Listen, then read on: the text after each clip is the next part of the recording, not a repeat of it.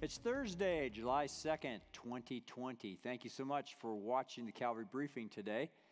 If you are watching today, I would encourage you to go back and look at the briefing from Tuesday as we released information about the opening of Calvary Church this coming Sunday. We do have a limited number of spots available, but for the first time in 3 months, the Calvary facility will be open for worship. And so we'd love for you to join us for that if you are able and if you feel safe. So please consider that. This year, 2020, is going to go down as a year of enormous change. And as we think of the things that have impacted us, it's obvious that the pandemic, the COVID-19 crisis, has brought change to our lives. The self-quarantine time really touched us in a way that has been unprecedented in human history. We also look back over the last month and the death of George Floyd and the protests that have come have just brought an ocean of change and an ocean of difficulties in our nation. And all of this change has served to basically make the divisions between us even greater. So 2020 in our nation and even in the world has just been a time of enormous change. But at Calvary Church, there has also been change over this year and especially the last 3 months. There are people who are no longer worshiping with us because they have gone on to be with the Lord in heaven. They have died. There are people who have moved, who've gone to another location. And so even when we do come back together, the makeup of our congregation will be different. These last 3 months, instead of being together at 12700 North Sheridan Boulevard, we have been gathering in our homes and watching on computers and televisions. And so there's been an enormous amount of change, and we know that that change will only continue in the days, weeks, and months ahead. We know that some people do not feel ready in terms of their health to come back to worship at the Calvary facility. And when we do, there will be people there who will be wearing face masks, and there will be people that are sitting 6 feet away from each other. And so there has been change, and that change will continue.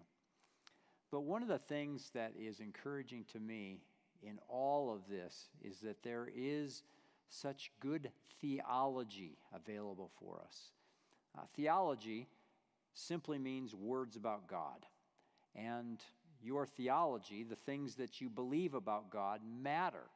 And one interesting point of theology involving God's character states quite simply that God is changeless. God doesn't change.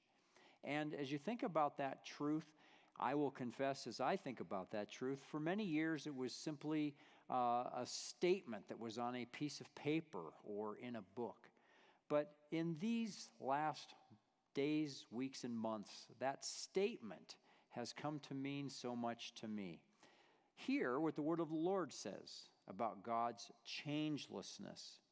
Hebrews chapter 1, verses 10 through 12. And you, Lord, laid the foundations of the earth in the beginning, and the heavens are the work of your hands.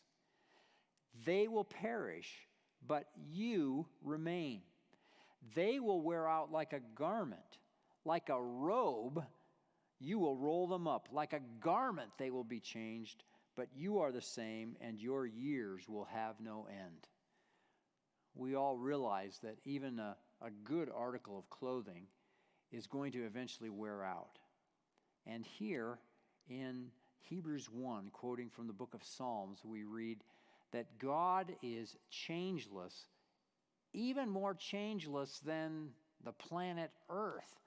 In fact, Earth is viewed as a garment that will eventually be rolled up and thrown away. But God will not change. What assurance. Hebrews 13:8, Jesus Christ is the same yesterday and today and forever.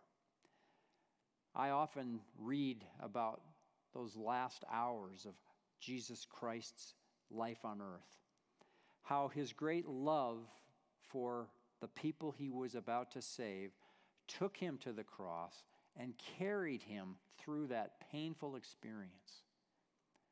The love that he felt that day for you has not changed. It's the same today as it was then. As we go through the many difficulties of life that we face now, we can know that the love of Jesus for you is as great today as it was on that day.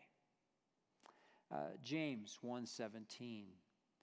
Every good gift, every perfect gift is from above, coming down from the Father of lights, with whom there is no variation or shadow due to change. Even in the middle of all that we've gone through, we can see the many good gifts of God. Those good gifts have come, and God has not changed. 1,000 years ago, you could read this verse, and you could count the good gifts that God would send. And 1,500 years ago, you could count the good gifts that God was sending. In all of that, God doesn't change. A pandemic doesn't change God's goodness. Racial injustice doesn't change God's goodness. All the difficulties that we are going through in our nation don't change God's goodness. Well, there's a verse at the end of the Old Testament in the book of Malachi, chapter 3, verse 6. Reads this way: "For I, the Lord, do not change." There it is, the theology, the truth. But Malachi goes on, "Therefore you, O children of Jacob, are not consumed." Do you see how Malachi takes theology down to street level? I, the Lord, do not change. Therefore you, O children of Jacob, are not consumed.